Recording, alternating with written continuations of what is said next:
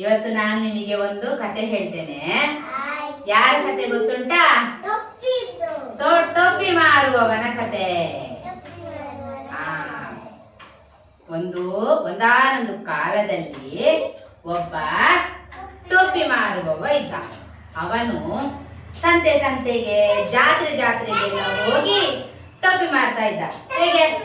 ಟೋಪಿ ಬೇಕಾ ಟೋಪಿ ಬೇಕಾ ಟೋಪಿ, ಕೆಂಪು ಟೋಪಿ, ಕಪ್ಪು ಟೋಪಿ, ನೀಲಿ ಟೋಪಿ, ಗುಲಾಬಿ ಬಣ್ಣದ ಟೋಪಿ, ನಿಮಗಿಷ್ಟವಾದ ಟೋಪಿ ತಕೊಳ್ಳಿ ಎಲ್ಲರೂ, ಬನ್ನಿ ಬನ್ನಿ ಟೋಪಿ ಅಂತ.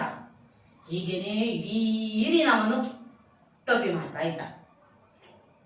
ಟೋಪಿ ಮಾರಿ ಅವನಿಗೆ ಒಂದು ದಿವಸ ಸುಸ್ತಾಯ್ತು. ಅವನೇನು ಮಾಡಿದ? ಒಂದು ದೊಡ್ಡ ಮರದ ಕೆಳಗೆ ಹೋಗಿ ಸ್ವಲ್ಪ ಹೊತ್ತು ಮಲಗ್ತೇನೆ, ಈಗ ಜನ ಯಾರಿಲ್ಲ, ಸ್ವಲ್ಪ ಹೊತ್ತು ರೆಸ್ಟ್ ಮಾಡಿ ಮತ್ತೆ ಟೋಪಿ ಮಾಡಲಿಕ್ಕೆ ಹೋಗ್ತೇನೆ ಅಂತ ನೆನೆಸಿ ಎಂತ ಮಾಡ್ತಾನೆ?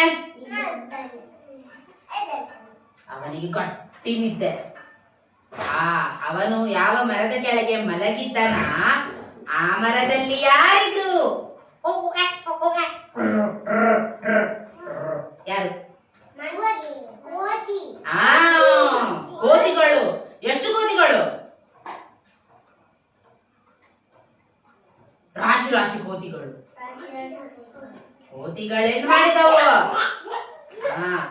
ಅವನು ಮಲಗಿದ್ದಲ್ಲಿಗೆ ಮೆಲ್ಲ ಬಂದು ಅವನ ಚೀಲದಲ್ಲಿರುವ ಟೊಪ್ಪಿಗಳನ್ನೆಲ್ಲ ತೆಗೆದುಕೊಂಡು ಹೀಗೆ ತಲೆ ಮೇಲೆ ಹಾಕಿಕೊಂಡು ಹೋಗಿ ಮರದಲ್ಲಿ ಕೂತ್ಕೊಳ್ಳಿತು. ಎಲ್ಲ ಟೊಪ್ಪಿ ತಗೊಂಡು ಹೋಯ್ತು. ಸ್ವಲ್ಪ ಹೊತ್ತಾದ್ಮೇಲೆ ಟೋಪಿ ಮಾರುವವನಿಗೆ ಎಚ್ಚರ ಆಯ್ತು. ಇನ್ನು ಸ್ವಲ್ಪ ಸುಸ್ತೆಲ್ಲ ಹೋಯ್ತು, ಇನ್ನು ನಾನು ಸಂತೆಗೆ ಹೋಗ್ತೇನೆ ಟೋಪಿ ಮಾರ್ಲಿಕ್ಕೆ ಅಂತ. ಹೀಗೆ ಚೀಲ ಎತ್ತುವಾಗ ನೋಡ್ತಾನೆ, ಟೋಪಿ ಒಂದು ಟೋಪಿ ಕೂಡ ಇಲ್ಲ. ಎಲ್ಲಾ ಟೋಪಿಗಳನ್ನು ಯಾರು ತಗೊಂಡು ಹೋಗಿದ್ದಾರೆ?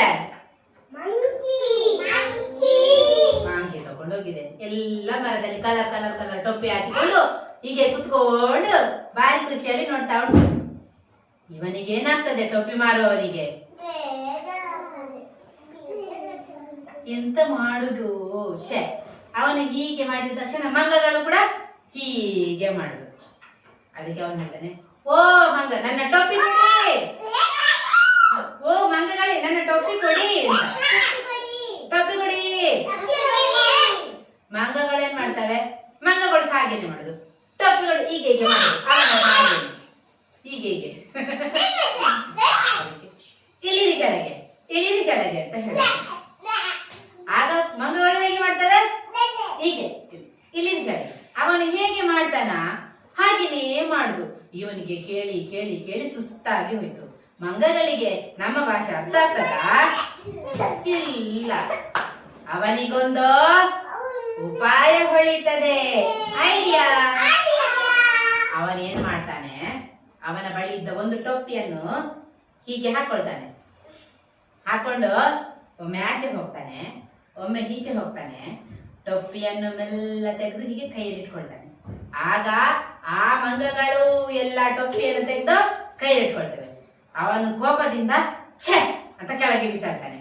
ಆಗ ಏನಾಯ್ತು? ಏನಾಯ್ತು? ಮಂಗಗಳು ಎಲ್ಲ ಟೊಪ್ಪಿಗಳನ್ನು ಕೆಳಗೆ ಹಾಕಿದ್ರು. ಆಗ ಟೊಪ್ಪಿ ಮಾರೋ ಏನ್ ಮಾಡಿದ?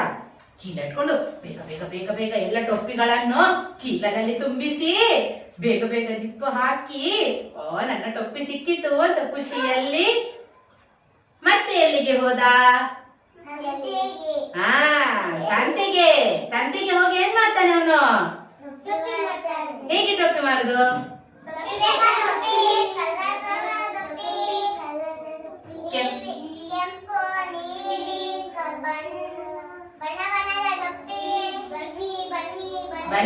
ಬನ್ನಿ, ವೆರಿ ಗುಡ್. ಈ ಕಥೆಯ ನೀತಿ ಏನೆಂದರೆ, ನಮಗೇನಾದ್ರೂ ಕಷ್ಟ ಬಂದಾಗ, ಏನಾದ್ರೂ ಸಮಸ್ಯೆ ಆದಾಗ ನಾವು ಟೆನ್ಷನ್ ತಗೊಳ್ಬಾರ್ದು, ನಾವು ಪ್ಯಾನಿಕ್ ಆಗ್ಬಾರ್ದು.